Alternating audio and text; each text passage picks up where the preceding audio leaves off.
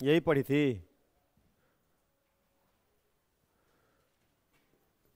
Resultant intensity का value 4I0 होगा ना जी, मैक्सिमम। तो बोल रही है 2I0, तब कंस्ट्रक्टिव होगा। और डिस्ट्रक्टिव होने का कंडीशन क्या है? जब रिजल्टेंट इंटेंसिटी कितना हो जाए तब क्या बोलेंगे? डिस्ट्रक्टिव इंटरफेरेंस होगा। पाथ डिफरेंस और फेज डिफरेंस में क्या रिलेशन है? इसको क्या बोलते हैं? इसको क्या बोलते हैं? Phase difference. कंस्ट्रक्टिव के लिए इसका वैल्यू बताओ।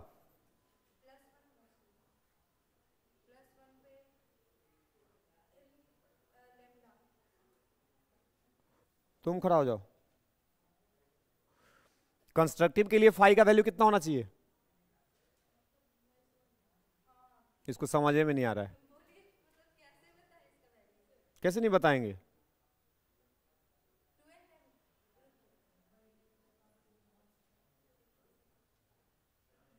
कितना होगा? बाकी लोग बोलिए, बाकी लोग कैसे समझ में आया?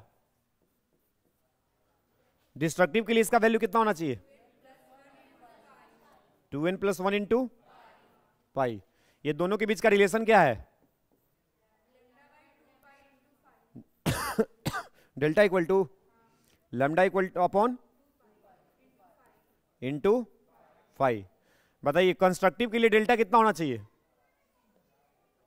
कंस्ट्रक्टिव के लिए डेल्टा का वैल्यू कितना होना चाहिए? अभी भी जवाब नहीं आ रहा है।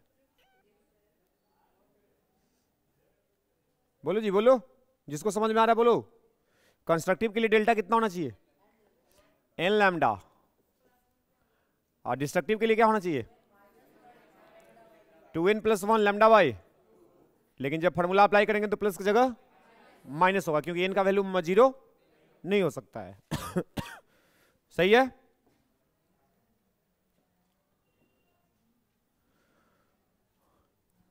रिजल्टेंट एम्पलीट्यूड का फॉर्मूला क्या होता था?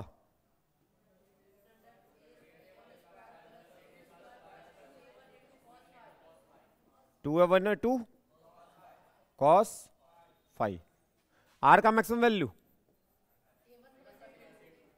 A1 प्लस आर का minimum value A1 minus A2 का मोड।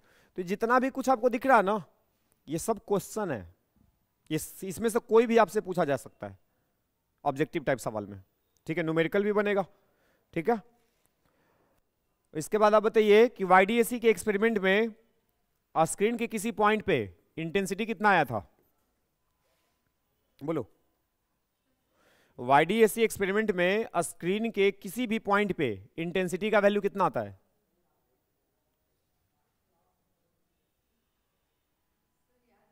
तो याद नहीं, आप किए नहीं है इसलिए नहीं आ रहा है।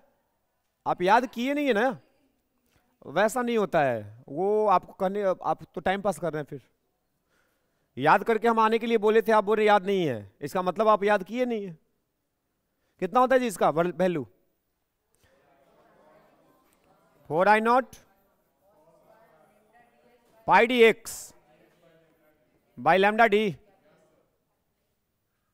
ठीक है, स्क्रीन के किसी पॉइंट पे अगर हमको पाथ डिफरेंस निकालना है तो पाथ डिफरेंस कितना आता है? किसी भी पॉइंट पे अगर निकालना है तो जहां पे इंटरफेरेंस हो रहा है। YDAC एक्सपेरिमेंट में स्क्रीन के किसी पॉइंट पे इंटरफेरेंस हुआ है तो वहां पे पाथ डिफरेंस क्या लिखते हैं? dx बाई, और यहां से दो इंपॉर्टेंट फॉर्मूला निकल के आता है। एक आता है distance of nth bright fringe, distance of nth dark fringe. समझ रहे हो? तो ये पूरा एक कहानी है। जब तक कहानी में आप घुसोगे नहीं, जब तक आप कहानी का कैरेक्टर नहीं बनोगे, पकड़ में नहीं आएगा चीज। समझ पा रहे हो? और ये आज मिला के हमको लगता है चौथा दिन आपको बोल रहे हैं कि इसको माइंड में मेकअप कीजिए और एक चीजों को अच्छे से समझने की कोशिश कीजिए कि क्या हो रहा है, कैसे कैसे हो रहा है। उसको कहानी को बैठ के शांति से 5 बार सोचेंगे कि ऐसे हुआ तो ऐसे हुआ, ऐसे हुआ तो ऐसे हुआ, और सब एक दूसरे से लिंक है। तो जो लिंक बन रहा है वो लिंक को आप पकड़ लीजिए, सब आसान हो जाएगा। और लिंक आप नहीं कर पा रहे हैं तो फिर एकदम मुश्किल हो जाएगा। तो जो आसान बनाने का तरीका है ना, तो तरीका से आप काम करो। ठीक है, अब देखिए हमारा यहाँ पे रोल खत्म होता है। ठीक है ना, हमको जितना करना था करवाना था आपको हम करवा दिए। अब आपके ऊपर आपका मेहनत पे डिपेंड करेगा कि आप इसको कितना अच्छे से कर पा रहे हैं। आपको डाउट होता है तो आप पूछिए, उसके लिए कोई दिक्कत है नहीं। बैठो। देखो इंटरफेरेंस में अगर हम बात करें तो कंपटीशन के लेवल पे अगर देखा जाए ना तो इसमें बहुत सारा भी इंटरफेरेंस का केस बनेगा। क्या केस बनेगा, जैसे एग्जांपल्स में बताते हैं। आपको बोलेगा कि वाईडी के ऐसी एक्सपेरिमेंट में आप व्हाइट लाइट यूज कर लो, व्हाइट लाइट, तो उसके रिजल्ट पे इंटरफेरेंस के पैटर्न पे क्या इफेक्ट पड़ेगा। ये पहला केस हुआ। दूसरा कि वाईडी ऐसी एक्सपेरिमेंट में जो लाइट को हम इंसिडेंट करवा रहे हैं उसका डायरेक्शन को हम चेंज कर दें। जैसे हम एग्जांपल से बताते हैं, ये वाईडीएसी का एक्सपेरिमेंट है ना, इधर क्या स्क्रीन है, इसको स्लिट मारते हैं S1 और ये स्क्रीन का डिस्टेंस है कैपिटल D। आइए दोनों के बीच का डिस्टेंस, सब कुछ सही है। पहले लाइट को हम ऐसे इंसिडेंट कराते थे, ये आके इसको इल्यूमिनेट करता था, इसके बाद इससे अपना वेव फ्रंट निकालेगा तो डिफरेंट डिफरेंट पॉइंट पे सुपरपोज करेगा, इंटरफेरेंस का पैटर्न हमको दिखाई देने लगेगा। लेकिन अगर यही लाइट जो तुम इसको पैरेलल लेके आ रहे हो, अगर ये लाइट का डायरेक्शन हम ऐसे चेंज कर दें, लाइट ऐसे आ रहा है, समझ पा रहे हो क्या? हाँ अभी भी पैरेलल है लेकिन रोटेट हो गया है कुछ एंगल से। कितना एंगल से रोटेट हो गया है, तो ये नॉर्मल खींच देंगे और नॉर्मल से मान लो कितना एंगल पे रोटेट हो गया, तो आपसे पूछेगा कि बताइए वाईडीएसी के एक्सपेरिमेंट पे क्या इफेक्ट पड़ेगा। क्या सेंट्रल मैक्सिमा अभी भी यही रहेगा? अगर हम इस इंसिडेंट लाइट का डायरेक्शन को अगर रोटेट कर देते हैं तो क्या सेंट्रल मैक्सिमा का पोजीशन इसी पॉइंट पे रहेगा या चेंज हो जाएगा? ऊपर जाएगा, नीचे जाएगा? ऊपर जाएगा। इस बात को आप समझ पा रहे होंगे क्यों ऊपर जाएगा, क्योंकि यहां से देखिएगा, यहां से इस पॉइंट पे जो S2 स्लिट है ये जल्दी से इल्यूमिनेट हो जाएगा और यहां पे पहुंचने में थोड़ा इसको ज्यादा टाइम लगेगा क्योंकि एक सेपरेशन आ रहा है। देखो अगर ये वाला एंगल हम बोल रहे हैं कि नॉर्मल से अगर ये थीटा एंगल है, ठीक है, जो इंसिडेंट लाइट है, तो यहां से ये एंगल भी थीटा होगा। अगर ये एंगल थीटा होगा तो यहां से आप एक परपेंडिकुलर ड्रॉ कर दो, तो एक पाथ का लैग दिख रहा है आपको कि ये लाइट इस तक पहले पहुंच गया और इसको आने में थोड़ा टाइम एक्स्ट्रा लगेगा। तो ये वाला जो वेव है जो S1 के पास पहुंच रहा है, ये S2 के कंपेयर में थोड़ा स्लो चल रहा है ना, या डिस्टेंस में एक लैगिंग है ना। अब बताइए, अब यहां से वेव आके यहां पे मिलने वाला है इंटरफेरेंस के लिए, तो क्या बताओ यहां से आगे जब निकला है तो पाथ का डिफरेंस तो 0 है, लेकिन इसके पीछे का पाथ डिफरेंस है ना, तो पहले कौन पहुंचा होगा? S2 वाला। बाद में कौन पहुंचा होगा? तो यहां पे बताओ पाथ का डिफरेंस कितना बनेगा? अगर हम बोले कि ये D है तो ये डिस्टेंस कितना हो जाएगा? और ये एंगल थीटा है तो D sin थीटा बोल सकते हैं। ये ट्रायंगल से ये ट्रायंगल बन रहा है, अगर ये एंगल थीटा मान लेते हैं और ये डिस्टेंस कितना है D, तो ये कितना होगा? D sin theta. Right angle triangle बना ना, तो राइट एंगल ट्रायंगल में sin थीटा लगा लो, तो sin थीटा क्या होता है? P/H। परपेंडिकुलर कौन है? ये वाला जो हमको चाहिए। हाइपोटेनस किसको लेंगे? हाइपोटेनस ये वाला हो जाएगा, तो ये तो हमको पता नहीं है, तो हमको ये निकालना था ना, ये वाला डिस्टेंस। तो क्या लगा लो, cos थीटा या tan थीटा? tan theta. क्या लगाते हैं? tan theta. तो tan थीटा बराबर क्या हो जाएगा? tan theta equal to P/B। Perpendicular कौन है? ये वाला। अब बेस कौन है? तो इसका वैल्यू निकल जाएगा, कितना आया? तो ये लैग कर रहा है कि नहीं? यहां पहुंचने से पहले ये इसका डिस्टेंस एक क्रिएट हो चुका है, तो क्या बताइए यहां पे आएगा तो पाथ डिफरेंस कुछ रहेगा कि नहीं रहेगा? अगर पाथ डिफरेंस कुछ है तो क्या ये सेंट्रल मैक्सिमा होगा? नहीं होगा, क्योंकि सेंट्रल मैक्सिमा होने का कंडीशन क्या है कि पाथ डिफरेंस यहां पे क्या होना चाहिए? 0 होना चाहिए। तो एक कंडीशन में पहला क्या बोले कि इसमें व्हाइट लाइट को लाएगा, पहले मोनोक्रोमेटिक ला रहे थे, अगर व्हाइट लाइट आ रहा है तब क्या इफेक्ट पड़ेगा? दूसरा कि अगर इसको रोटेट कर दिए तो क्या इफेक्ट पड़ेगा? तीसरा कि इसके स्लिट के पास एक थिन फिल्म लगा देंगे। थिन फिल्म का मतलब फिल्म, आपको प्लास्टिक का भी हो सकता है, कांच का भी हो सकता है। यहां पे जो हम थिन फिल्म लगा रहे हैं तो इसका कुछ रिफ्रैक्टिव इंडेक्स होगा, और रिफ्रैक्टिव इंडेक्स होगा तो यहां पे भी एक पाथ का डिफरेंस क्रिएट हो जाएगा। अब पाथ का डिफरेंस क्रिएट हो जाएगा तो वाईडीएसी के एक्सपेरिमेंट में क्या इफेक्ट पड़ेगा? ठीक है। अगला कि वाईडीएसी एक्सपेरिमेंट को पानी में डुबा देंगे तो क्या इफेक्ट पड़ेगा? समझ पा रहे हैं? यहां पे प्रिज्म रख देंगे, इस स्लिट के आसपास एक प्रिज्म रख दिए, प्रिज्म। अब बताओ कि इसके एक्सपेरिमेंट में क्या इफेक्ट पड़ेगा? तो बहुत सारा इसका केस बनेगा, लेकिन बोर्ड लेवल पे इतना आता नहीं है। आप बेसिक जो आपको YDAC बताया गया उसके बारे में अगर कॉन्सेप्ट क्लियर है तो कुछ कुछ एप्लीकेशन हम जो इंपॉर्टेंट है उसको हम करवा देते हैं, बाकी काम हो जाएगा। ठीक है, एक्स्ट्रा के लिए आपको खुद से कुछ थोड़ा मेहनत करना पड़ेगा कि एक्स्ट्रा में और क्या बन सकता है। तो आगे लिखिए, तो आगे हम बात करते हैं कुछ। हेडिंग बनाइए।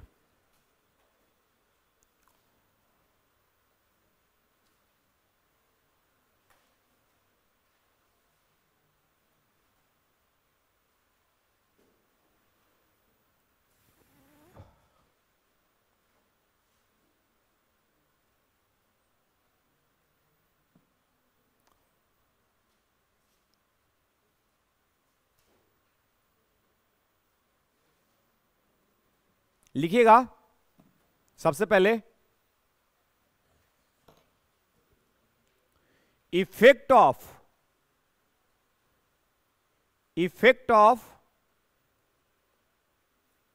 Submerging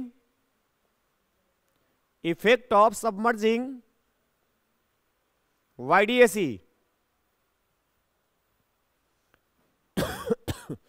effect of submerging YDAC in a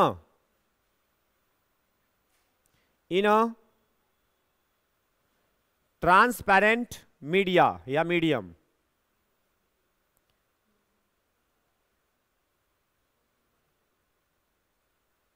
in transparent medium. अब वो ट्रांसपेरेंट मीडियम कोई भी हो सकता है। ठीक है, इसके बारे में हम कुछ क्वेश्चन भी शायद किए थे या कुछ बात किए थे हम पहले। अगर हम YDAC एक्सपेरिमेंट को किसी ट्रांसपेरेंट मीडियम में सबमर्ज कर रहे हैं, जैसे अभी हवा में है सेटअप, ठीक है, तो हवा में सब कुछ आपको पैटर्न उटर्न दिख रहा है कि क्या बन रहा है। अब उसके बाद उसका मीडियम को आप चेंज कर दो। पहले हवा में था, अब कोई मीडियम आप बदल दो, कोई लिक्विड ले लो, कोई दूसरा मीडियम ले लो जिसका रिफ्रैक्टिव इंडेक्स हवा से अलग है, तो क्या YDAC एक्सपेरिमेंट पे कोई इफेक्ट पड़ेगा? पड़ेगा। आपको सबसे पहले क्या बताए थे कि लैम्डा बदल जाएगा। जैसे देखो, इसको हम डायरेक्टली समझा दे रहे हैं। अगर मान लो कि YDAC का एक्सपेरिमेंट चल रहा है और जो लाइट है उसका वेवलेंथ कितना है? लैम्डा। तो जब आप इस किसी मीडियम में उसको सबमर्ज कीजिएगा तो लैम्डा चेंज हो जाएगा। चेंज होकर मान लो कितना हो गया? तो जिस मीडियम में आप उसको डाले हो उसका कुछ ना कुछ तो रिफ्रैक्टिव इंडेक्स होगा ना। हम यहां पे एरो पे दिखा देते हैं कि रिफ्रैक्टिव इंडेक्स कितना है, म्यू है। एयर या वैक्यूम में, एयर और वैक्यूम में लाइट जिसका हम यूज कर रहे हैं उसका वेवलेंथ कितना ले रहे हैं? आप उसको क्या कर रहे हैं, किसी दूसरा मीडियम में सबमर्ज कर रहे हैं जिसका रिफ्रैक्टिव इंडेक्स कितना है। तो बताओ, जो लाइट आ रहा था एयर और वैक्यूम में, जब उसको हम किसी मीडियम में ले जाएंगे तो क्या उसका वेवलेंथ सेम रहेगा कि बदल जाएगा? तो लाइट का प्रॉपर्टी हम पढ़े हैं कि मीडियम चेंज होता है तो वेवलेंथ भी चेंज होता है। तो लैम्डा डैश कितना हो जाएगा? तो इसके बारे में बताया गया कि लैम्डा अपॉन म्यू हो जाएगा। ये कैसे लिखे आपको क्लियर है? बोलो जल्दी। Lambda dash lambda upon mu हो जाएगा, इसमें कोई दिक्कत नहीं ना है। अगर ये लैम्डा बदल गया है तो जो भी फ्रिंज पैटर्न बन रहा होगा, क्या वो फ्रिंज पैटर्न में कुछ होगा? फ्रिंज पैटर्न एक्सपैंड करेगा, फ्रिंज पैटर्न श्रिंक करेगा, कुछ ऐसा कुछ होगा? तो आप चेक करो। अगर मान लो कि एयर और वैक्यूम में था तो फ्रिंज का विड्थ कितना था? तो जब इसको हम किसी मीडियम में, ट्रांसपेरेंट मीडियम में डाले जिसका रिफ्रैक्टिव इंडेक्स, तो बीटा भी बदल के बीटा डैश हो जाएगा। बोलिए, अब बीटा का फॉर्मूला क्या होता था? लैम्डा कैपिटल डी बाई, तो बीटा डैश कितना हो जाएगा? क्योंकि ये दोनों तो नहीं बदलेगा, ये दोनों फिक्स होता है एक्सपेरिमेंट में। तो capital D small D fix है, चेंज कौन हो रहा है? लैम्डा। अब बताओ कि लैम्डा बढ़ा है कि घटा है? घटा है। जब आप डेंसर मीडियम में जा रहे हो तो उसका वेवलेंथ घट जाता है। अब वेवलेंथ अगर घट गया है, तब वेवलेंथ घटा है तो वेवलेंथ देखो बीटा के डायरेक्टली प्रोपोर्शनल है। बीटा इक्वल टू क्या होता है? Lambda D by capital D. तो अगर लैम्डा घटेगा तो बीटा भी। तो यहां पे हम क्या बोल सकते हैं कि जो फ्रिंज पैटर्न बन रहा है उसमें जो थिकनेस आएगा वो बीटा डैश, वो क्या हो जाएगा? कम हो जाएगा इन कंपेयर टू बीटा। तो श्रिंक किया कि एक्सपैंड किया? श्रिंक कर गया। अब इसमें बहुत सारा सवाल को बनाया जा सकता है, इस कॉन्सेप्ट का यूज करके बहुत सारा न्यूमेरिकल सवाल को बनाया जा सकता है। तो अगर कॉन्सेप्ट दिमाग में है कि होता क्या है तो सवाल बनाने में कोई मुश्किल नहीं होगा। तो डायरेक्टली आप इसको नोट कर सकते हैं क्या? लिखो तो, एक दो लाइन लिखवा देते हैं, लिखिए when YDAC setup, when YDAC setup is submerged, when YDAC setup is submerged in a medium of refractive index mu,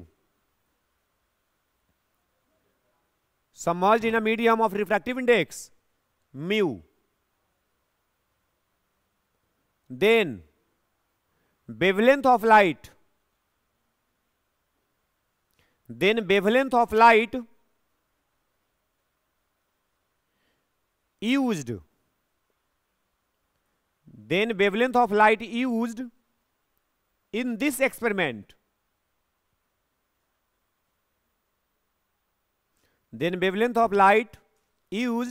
this experiment,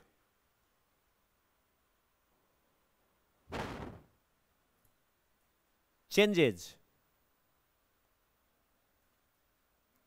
and thickness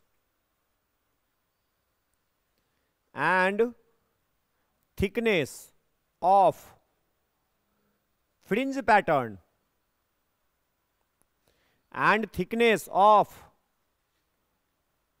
pattern also changes. सही है, पढ़ लो एक बार।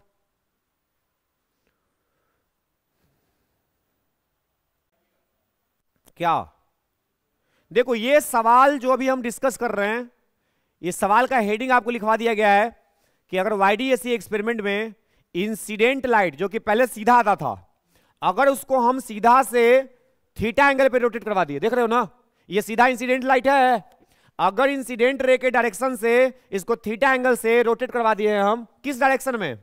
एंटी क्लॉकवाइज में, तो जो सेंट्रल मैक्सिमा का position है उस सेंटर से कितना डिस्टेंस पे शिफ्ट करेगा?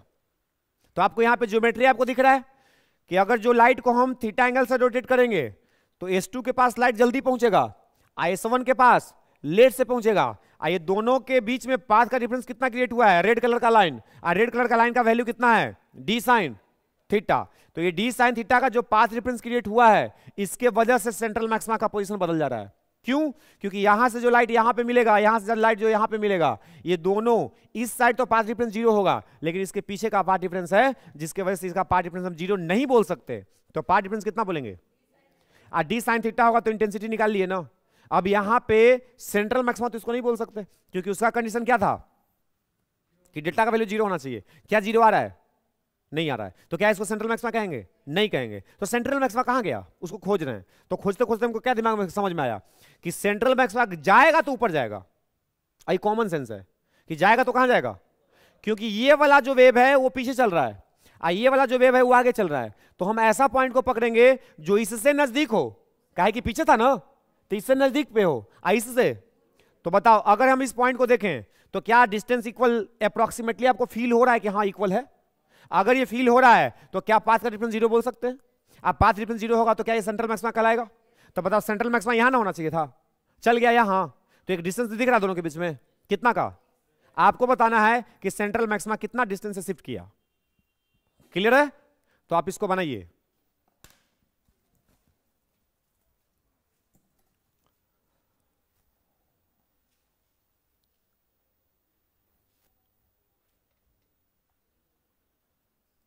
अब आप क्या करो कि पाथ डिफरेंस का जो कॉन्सेप्ट हम पढ़े थे उसका फॉर्मूला लगाओ। एक्स का जो वैल्यू है, ये पाथ डिफरेंस बताओ यहां से यहां तक कितना होता है बाय ज्योमेट्री? यहां से यहां तक जो पाथ का डिफरेंस है उसको डेल्टा से लिखते हैं, और डेल्टा का वैल्यू होता है dx बाय कैपिटल डी। बोलो जल्दी। ये जो पाथ का डिफरेंस है बताओ वो किसके बराबर होगा? dx अपॉन कैपिटल डी किसके बराबर होगा? हैं? वो तो हमको निकालना ही है। ये जो पाथ का डिफरेंस कितना है? एक मान लिए ना, मतलब यहां से सेंट्रल मैक्सिमा का प्रीवियस पोजीशन यहां था, अब नया पोजीशन ये है, तो प्रीवियस से डिस्टेंस कितना है? x है। तो हम बोल रहे हैं कि बताओ यहां से यहां तक का जो डिस्टेंस होगा ये x का वैल्यू वो कितना हम लिख सकते हैं, तो पाथ डिफरेंस हम लिखते हैं ना पाथ डिफरेंस के टर्म में, तब पाथ डिफरेंस कितना लिखते थे, dx अपॉन कैपिटल डी। आई dx अपॉन कैपिटल डी का वैल्यू किसके बराबर लिखा जा सकता है, यहां पे अगर सेंट्रल मैक्सिमा है तो यहां पे क्या लिख सकते हैं, लिखो लिखो आप नीचे लिखिए, late x be the distance, let x be the distance of central maxima, let x be the distance of central maxima from previous position,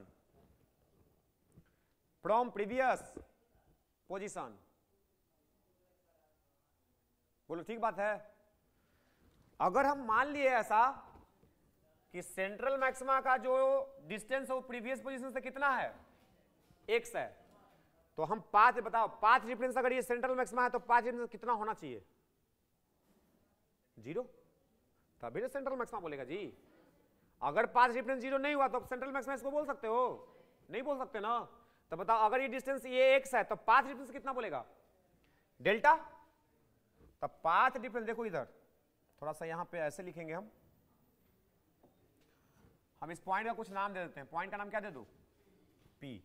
तो लिख सकते हैं at point P, at point path difference is equal to 0, तभी तो हम central maxima कह पाएंगे। तो at point P path difference is equal to, अब बताओ ये पाथ डिफरेंस 0 कब होगा, जब dx बाई कैपिटल डी, ये जो डिस्टेंस है वो dx बाई डी होता है ना पाथ डिफरेंस, ज्योमेट्री से ये बोल रहे थे थीटा होगा, यहां से इसको यहां से मिला देंगे डॉटेड लाइन से, याद है कि भूल गया, ये वाला इसको थीटा मानते थे, अगर थीटा मानेंगे ये डी है तो ये कितना जाएगा, dx by capital D. x का वैल्यू क्या लिखोगे, x क्या है, थीटा बराबर एल अपॉन आर होता था ना, थीटा बराबर आर का बड़ा फॉर्मूला लगेगा, आर बोला तो थीटा बराबर एल अपॉन, तो theta equal to x by capital D. आज जो पाथ का डिफरेंस था वो कितना आया था, डी थीटा, तो D x by capital D, याद आया, तो वो वाला कॉन्सेप्ट यूज कर रहे हैं। तो बताइए पाथ डिफरेंस 0 होने के लिए dx बाई कैपिटल डी, ये पाथ डिफरेंस है, ये किसके बराबर होना चाहिए, तो इधर का पाथ डिफरेंस कितना था, ये वाला, तभी ना 0 होगा, एक दूसरे को कंपनसेट करेगा। तो हम क्या लिखेंगे कि dx बाई कैपिटल डी किसके बराबर होना चाहिए, d साइन, तो काम हो जाएगा। देखो यहां से डी कैंसल, x का वैल्यू कितना आया, कैपिटल डी, तो इतना डिस्टेंस से सेंट्रल मैक्सिमा शिफ्ट हो गया, x बराबर कितना आया, d capital D sine theta, तो कैपिटल डी साइन थीटा से सेंट्रल मैक्सिमा शिफ्ट कर गया प्रीवियस पोजीशन से। अब इस पे बताओ डायरेक्टली न्यूमेरिकल बन सकता है कि नहीं बन सकता है, इस रिजल्ट पे बन सकता है ना, तो इसके लिए आपको हम बताएं, ऐसे बिहार बोर्ड में ये आएगा नहीं, तो ज्यादा टेंशन लेने वाली बात नहीं है।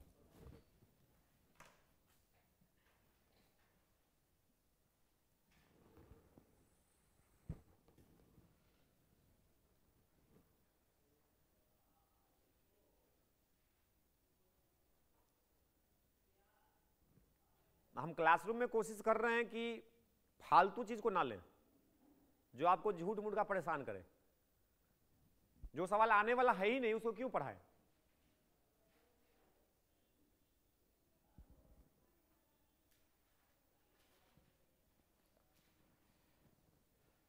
हो गया।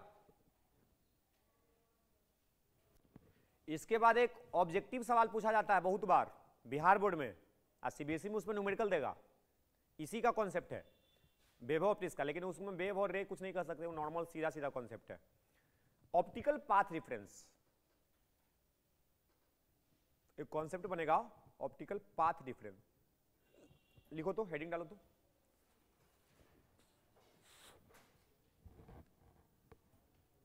लिखिएगा path difference between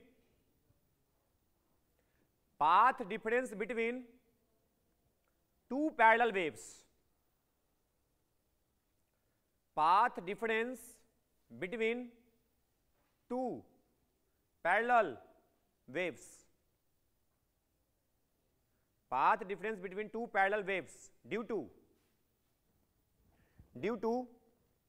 a denser medium, due to a denser medium. इसका ऑब्जेक्टिव बिहार बोर्ड में कम से कम 5 बार पूछा गया होगा, क्वेश्चन बैंक आप खोल के देख लेना. अब इसको थोड़ा सा समझना है, चलो कोई बात नहीं है, 2 मिनट में हम समझा देते हैं. थोड़ा लेट हो रहा है लेकिन मेंटेन कर लीजिएगा आप लोग. देखिए हम डेंसर मीडियम में वो ग्लास स्लैब ले लेते हैं, ठीक है. आप पैरेलल वेव को ऐसे लाते हैं, ये पैरेलल लाइट है, ये ग्लास स्लैब दिखा दिया ना. मान लो इसका विड्थ W है, W इसका विड्थ कितना है, इसका रिफ्रैक्टिव इंडेक्स मान लो म्यू है, ठीक है. इधर हवा या वैक्यूम मान लो आप. तो बताओ इस पोजीशन तक दिख रहा है, इस पोजीशन तक दोनों का स्पीड सेम रहेगा ना. एक के मीडियम में स्पीड अलग अलग हो सकता है नहीं ना. तो लाइट अगर हवा में चल रहा है तो दोनों का स्पीड हम बोल सकते हैं C और C इक्वल स्पीड से चल रहा है. लेकिन जैसे ही यहां पे पहुंचेगा इसका मीडियम बदल गया, आई तो अभी भी सेम मीडियम में चल रहा है, तो ये अभी भी कितना से चलते रहेगा, C से. क्या ये C से चल पाएगा, नहीं. इस मीडियम में कोई पूछे कि लाइट का स्पीड कितना हो जाएगा, तो इस मीडियम में लाइट का स्पीड हो जाएगा V, पहले था C, अब इस मीडियम में हो गया V. अब V का वैल्यू कितना होगा, C बाई म्यू, म्यू बराबर C बाई V, तो V बराबर C बाई म्यू. कोई दिक्कत. स्पीड घटा कि बढ़ा, ऑब्वियस बात है घट गया, क्योंकि मीडियम डेंसिटी ज्यादा है. रिफ्रैक्टिव इंडेक्स बढ़ेगा, स्पीड. इधर ध्यान दो, इधर इधर कुछ नहीं समझ में आ रहा है क्या, आ रहा है तो इधर ध्यान दो.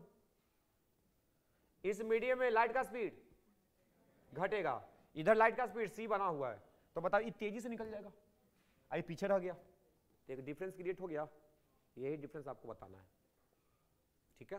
तो डिफरेंस हम कैसे निकालेंगे, सबसे पहले क्या करते हैं कि इसका थिकनेस दिया हुआ है, कितना इसका थिकनेस है W, तो W डिस्टेंस को पार करने में इसको कितना समय लगेगा. तो टाइम बराबर क्या होता है, डिस्टेंस बाय स्पीड. डिस्टेंस क्या है और स्पीड क्या है, C बाई. तो बताओ टाइम कितना लगा, म्यू W बटा में C. इतना टाइम में इसको क्रॉस करेगा. अब आप सोचो कि जितना टाइम में इस ग्लास स्लैब को ये क्रॉस करेगा उतना टाइम में लाइट कितना आगे जाएगा, कितना एक्स्ट्रा डिस्टेंस ट्रेवल करेगा. तो बताओ ये कितना आगे जाएगा, डिस्टेंस हमको ट्रेवल निकालना है कितना टाइम में, T टाइम में. तो इन टाइम T इसका डिस्टेंस ट्रेवल निकालते हैं, ठीक है. इन टाइम T ये कितना डिस्टेंस ट्रेवल किया, तो इन टाइम T मान लो इसका डिस्टेंस ट्रेवल कितना मान लेते हैं, कुछ भी मान लो, इसका डिस्टेंस ट्रेवल मान लेते हैं D है, कितना है. तो डिस्टेंस बराबर क्या होता है, स्पीड इनटू, तो इसका स्पीड तो C है ना, है तो C. और टाइम कितना लगा, म्यू W बाई C, तो म्यू W CC, तो कितना आया म्यू W. जब ये W पार किया था तो ये म्यू W गया है. तब बताओ W से म्यू W ज्यादा है कि नहीं है, क्योंकि म्यू का वैल्यू 1 से हमेशा ज्यादा होगा. तो 1 से ज्यादा वैल्यू पुट करेंगे तो D का वैल्यू बढ़ गया. तो ये क्लियर हो गया कि हाँ ये आगे चल रहा है. अब आपको निकालना है पाथ का डिफरेंस. तब पाथ डिफरेंस को हम डेल्टा से लिखते हैं, तो अभी भी डेल्टा से लिखते हैं. तब पाथ का डिफरेंस क्या लिखेंगे, D माइनस W, और D का वैल्यू म्यू W, तो क्या लिखेंगे mu W minus W, W common. तो पाथ डिफरेंस कितना आया, म्यू माइनस 1 इंटू W. अब ये डायरेक्टली आपके दिमाग में रखना है इस बात को कि अगर कोई वेव है, अगर दो अलग अलग मीडियम में ट्रेवल कर रहा है, तो दोनों में जो पाथ का डिफरेंस क्रिएट होगा वो कितना क्रिएट होगा, म्यू माइनस 1 इंटू. अब क्या करेगा, क्वेश्चन में जरूरी है कि हर बार W दे, आपको बोल देगा इसका थिकनेस T है. थिकनेस क्या है, तो बताओ पाथ डिफरेंस कितना होगा. हाँ तो T हमेशा टाइम होना जरूरी, T से थिकनेस को भी दिखा सकता है. हाँ तो यहां पे आप थोड़ा सा वो समझ पाएंगे कि क्या है. तो लिख लीजिए इसको. अब इसी कॉन्सेप्ट देखो, ये पढ़ा दिए, अब ये पढ़ा दिए तो आगे हम इसको अप्लाई कर सकते हैं YDAC में, कि वहां पे जो फिल्म रखेंगे ना तब फिल्म का कुछ डेंसिटी होगा, कुछ रिफ्रैक्टिव इंडेक्स होगा, और रिफ्रैक्टिव इंडेक्स से पाथ का डिफरेंस क्रिएट होगा। अब पाथ का डिफरेंस क्रिएट हुआ तो आईडीएससी के एक्सपेरिमेंट पर इफेक्ट पड़ेगा कि नहीं पड़ेगा? तो यही सबको एनालाइज करना होता है। हम पढ़ा सकते हैं, लेकिन क्या बोल रहे हैं कि बोर्ड लेवल पे पढ़ाना भी जरूरत नहीं है। ठीक है, तो आज के लिए इतना ही।